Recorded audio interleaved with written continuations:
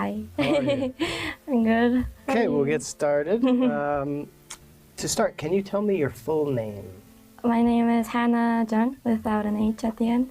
Can you spell it for me? Yeah, Hanna, then Jun. J. Nice to meet you. Nice to meet you. So, are you working or studying right now? I'm working as a freelancer. Mhm. I was a teacher. I taught English to kindergarten students and elementary students, but now I'm a freelancer. Okay. Did you like your job as a teacher? Yes, I loved it. I love kindergarten students. They're just so cute. I love their random behaviors. They're Sure. just everywhere. Good. And what do you enjoy doing in your free time? I usually go for a walk. I really love walking. I walk for like three hours. I have a puppy, so I take him outside and just walk everywhere. What kind of puppy? Bichon. Bichon? Yes, really cute. Yeah, He's I really bet. cute. What is his name? Dewey. It's like Dewey. Ratatouille from the movie. That's nice. And but a few questions about your hometown. Mhm. So, what is your hometown? What is my hometown? Do you mean where I live? Yeah, where did you grow up? Oh, I lived in Incheon, Mhm. but I went to Canada for like 6 years. So I lived there, and then I came back, and then I went to America, and then I lived there for like 4 years, and then I came back. So, my hometown is Incheon, but Mhm. I was everywhere. Yeah, good. Yeah, that's still home. Yeah. Right? And thinking of Incheon, in your hometown, what do you like about it? Near like department stores and there's a lot of people there, so I think being convenient to things that I can go and shop. Yeah. And how about, is there anything that you dislike about it? Not much. I like my hometown, but it's a busy city, so there's a lot of people. Sure. Yeah. Sure. And now we'll talk a little bit about shopping, which you mentioned. Yes. So, do you like shopping? Yes, but I need to use less money. Good. And when you are shopping, do you compare prices before you buy things? If that product is really pretty, I just buy it. But if like it's over my amount, then I look at the price. Okay. And is it difficult for you to make choices when you shop? Yes, I can't choose. Why? Everything looks so pretty for me.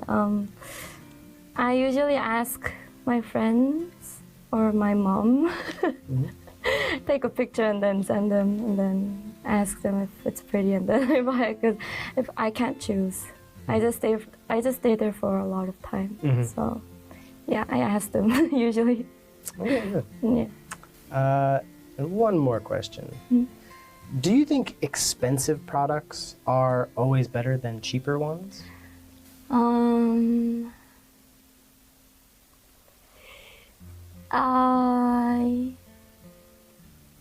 It's in the middle, I think, because expensive products, the design is similar, I think, but then what they use for the material is different, I think, if it's expensive.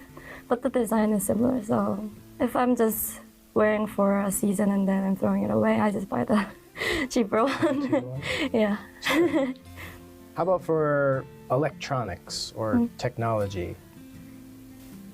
I would say yes for technology things. Yeah. The expensive ones? Yes.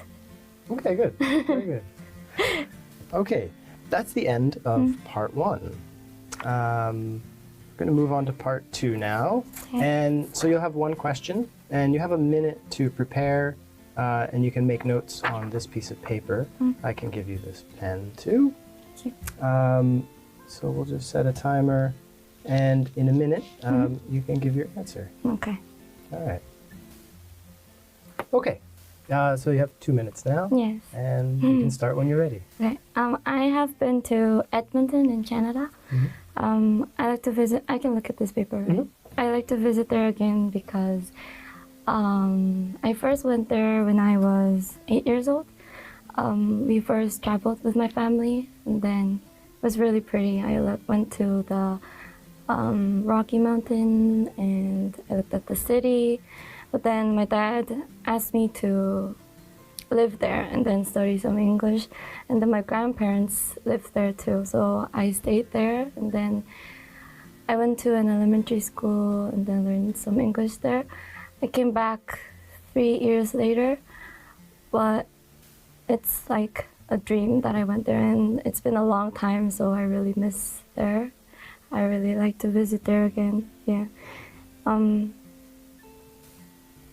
There's a amusement park called Galaxyland. It was Galaxy Park or something like that. I really want to go there again. And then there was a really big mall called WEM, West Edmonton Mall.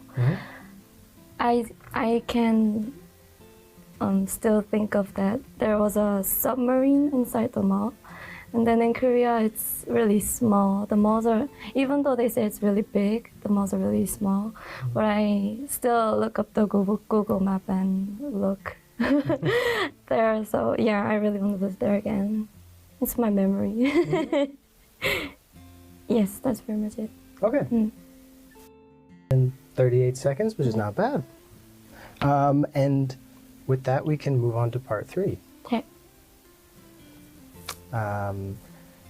So, what's the difference between the city and the countryside? In the city, traffic is really bad, I think, but I'm talking about in Korea. Well, other countries are different, but in Korea there's a lot of people in cities. So sometimes I can't ride the subway because there's too much people in there. And then sometimes they walk around and bang on you. And I really don't like that, but yeah, I think people is the most thing that they have a difference. And in countryside, I think it's nature. There's really a lot of free space, and then more nature than cities.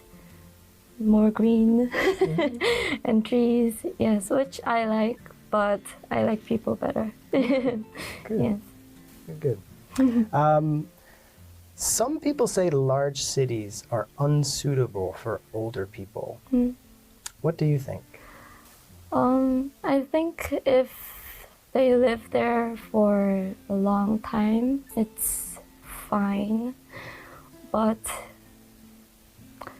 well, I could see that some people, not all of them, but some people are rude to old people. And then if they meet in the subway or like in the traffic, I don't see they are respecting the older people. So because of that, I think that's the only reason that I think they shouldn't live in the city area. But other than that, if they live there for a long time, I think it doesn't matter. Okay. Good. Do you think it is possible that all of the population would move to cities sometime in the future? I think they are already moving to cities. I have a friend who live in the countryside area and then farm, and I think it's really important for them to do that, but yeah, I think it can be possible for them to move to cities because it's not really convenient for them to live there, I think. I personally think. Yeah, because when I travel to like countryside, if you don't have a car, you can't move because the buses come so late. And yeah, the traffic is not really good. I think that's the most important thing that I think. Sure. Yeah. And one more question. Do you think people in the countryside are friendlier than people in the city? I think that one, it depends on the people, because in city, they work a lot, right? So they're more sensitive, I think. That's why, even though they're kind people like everyone else, they tend to be more sensitive. But in countryside, most of them don't work. Well, they do work, but they farm. So I think they have more free time than city people. I think that's why I think the countryside people is a little bit more kinder. Yeah. Okay, sure. Very nice, very nice. We can end there. Okay, really nice job. Oh, thank you. So now we'll move on to a little bit of feedback. As you know, the IELTS test is scored on 4 categories. There's fluency and coherence, there's pronunciation, vocabulary or lexical resource, and grammar. So thinking of these 4 categories, there's 2 that stand out for you as really strong. Your fluency and your pronunciation is very good. There's really no hesitation beyond what we would expect for somebody who's thinking of what to say.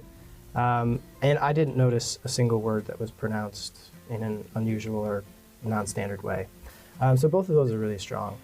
The only thing perhaps is that within fluency there's also coherence, which is sort of connective words that can help string together longer answers and connect parts of it and show the relationship. So perhaps adding some of those would help, but your fluency, the actual rate of speech, is very good, and the pronunciation.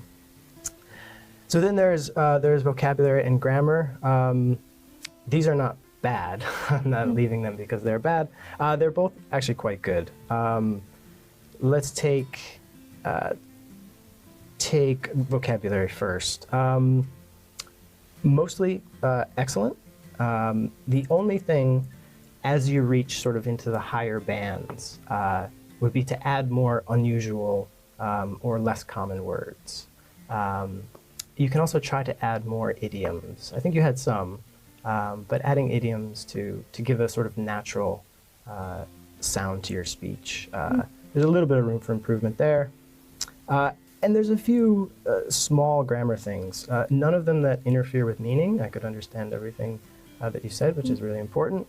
But a couple of small things, a few times articles were dropped. That's very common from a Korean first language because there are not articles in Korean, but always remembering to put an a or an or the before certain words is important.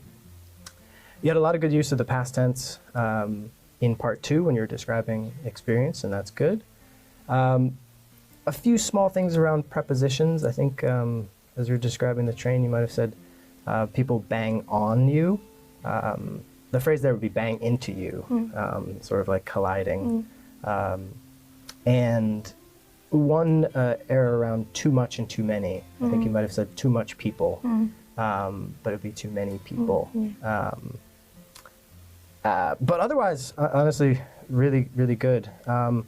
I would estimate your score around a 7.0 today, which is a very good score. And with a little bit of improvement around those areas, would reach even higher. So really nicely done, and thanks for coming in. Thank I hope you like this conversation. If you want to improve English speaking skills, I'm gonna help you, and you only need to do just watching my video. So please subscribe this channel and share with your friends. Thank you.